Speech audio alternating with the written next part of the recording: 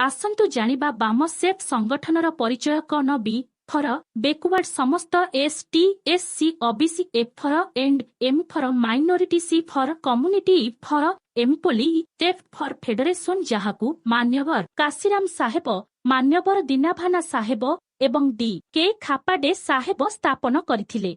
बामसेफ संगठन को एही महान व्यक्ति माने 6 डिसेम्बर 1978 मसीहारे स्थापन करथिले।